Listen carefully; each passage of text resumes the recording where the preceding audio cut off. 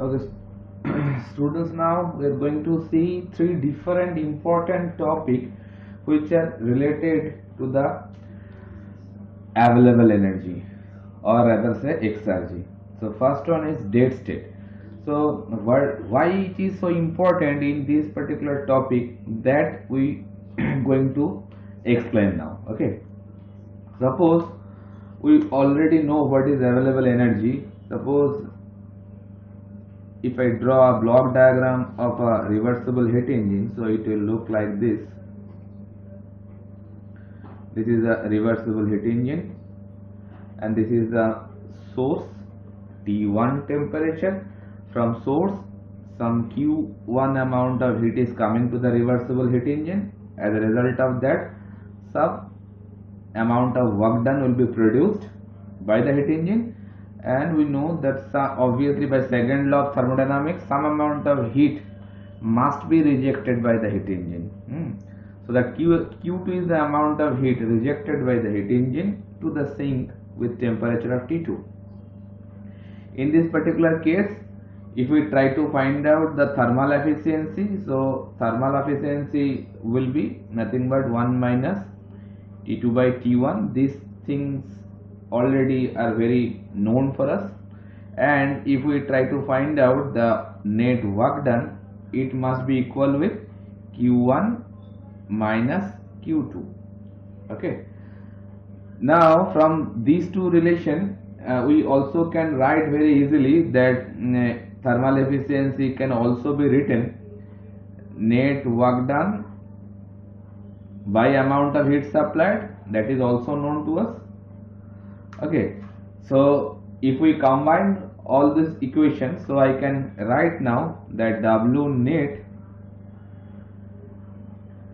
can be written by 1 minus T2 by T1 into Q1, because from here I can write that W net is nothing but eta thermal into Q1. So if we just substitute the efficiency expression, which is this one, it is valid for a reversible heat engine, obviously reversible heat engine. So this expression gives us the net work done which is produced by this particular heat engine, that is 1 minus T2 by T1 into Q1, amount of heat supplied to the heat engine. Okay, now if we do the same thing for another reversible heat engine, suppose this one is another reversible heat engine, I am going to explain. Like, it is also having the source temperature of T1, and it is that heat engine. So Q1 amount of heat is coming to it, and it is rejecting that Q2 amount of heat to the sink T2 temperature. Now I am just going to change something here. Instead of T2, I am going to replace it by T0 or T0. Okay. What is this T0? I am just coming onto that particular topic. Now some amount of work done will be produced. I am writing this by W net, and I am writing it W net max. Why it is max? Just coming to that. Okay. Now in this particular block diagram, we can see that the heat engine is working between two temperature reservoir. One is T1 and one is T0, and that T0 is basically the atmospheric temperature. Okay, so while that heat engine is working between two temperature reservoir, one is the source and second one is the sink, and the sink temperature, if we consider like the temperature of atmosphere, then the thermal efficiency whatever we are getting here, that will be the maximum thermal efficiency. Why? Because it is expressed by 1 minus T0 by T1, because the sink temperature is T0, and if we write the net work done, just like the same thing whatever we have done here, I can write that W net maximum, it is nothing but obviously Q1 minus Q2, and thermal efficiency, if we want to maximize it, it must be equal with obviously W net maximum by amount of heat supplied.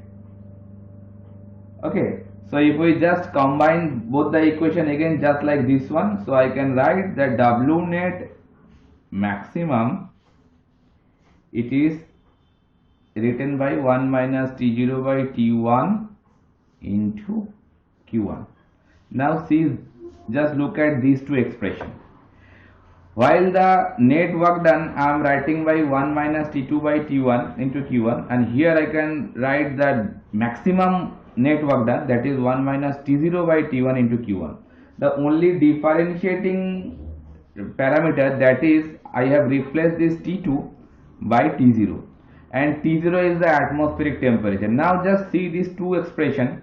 If I maintain T1 constant, if we maintain T1 constant, then how we can maximize the net work done? Just keep in your mind that T1 we are maintaining constant, that means the temperature of the source we are maintaining constant. Then if we want to maximize the net work done, the only way out, that is we have to decrease the T0 temperature. So by maintaining the T1 constant, if we try to maximize,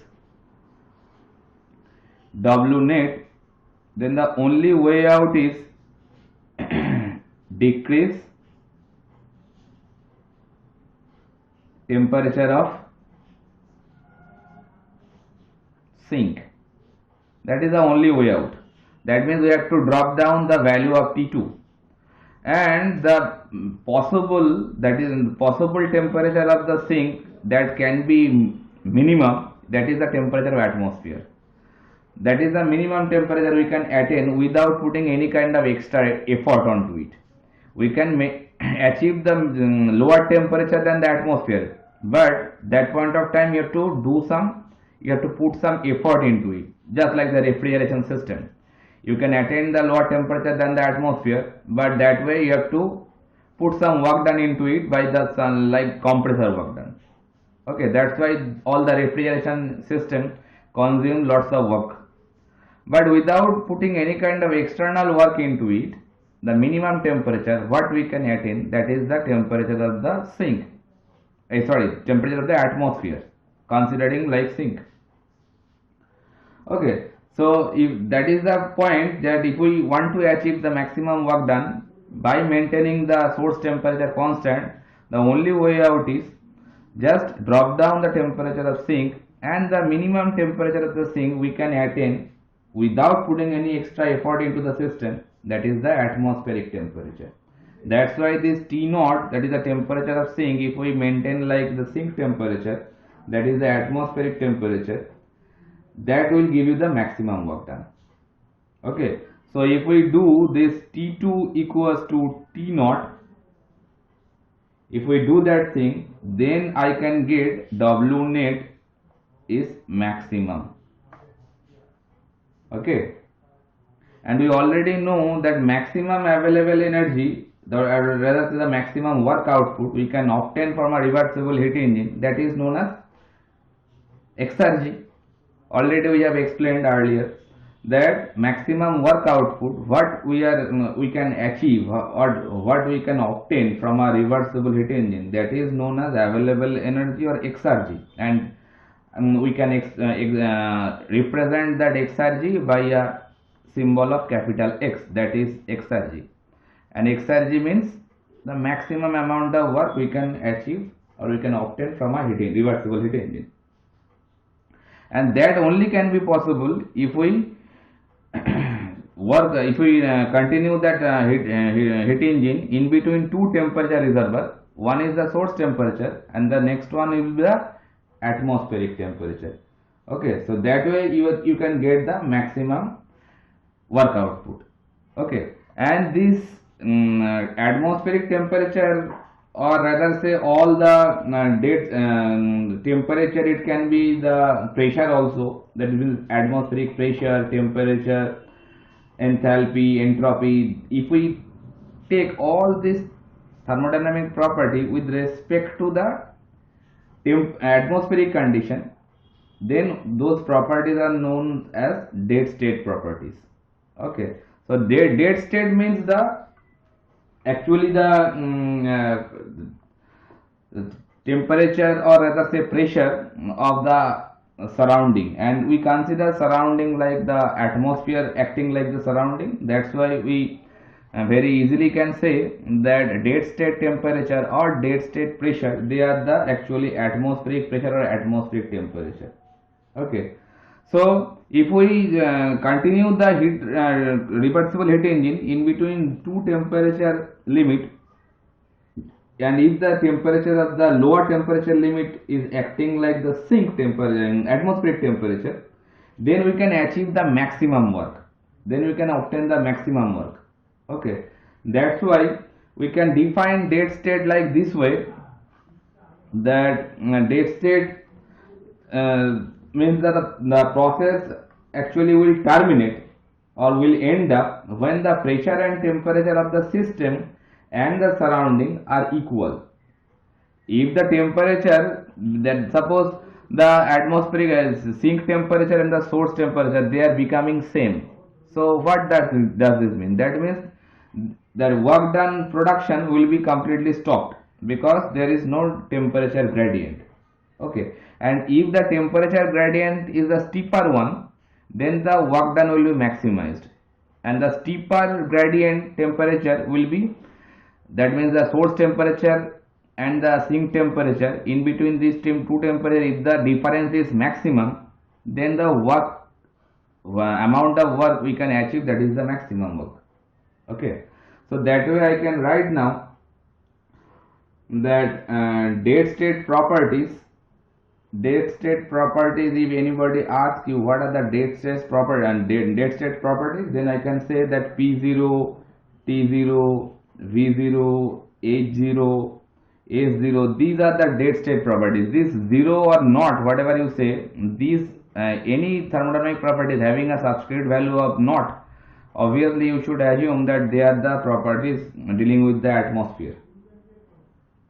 Okay, so without putting any kind of extra effort, if we want to maximize the work done, then we have to work, or we have to continue that reversible heat engine in between the source temperature and the dead state temperature.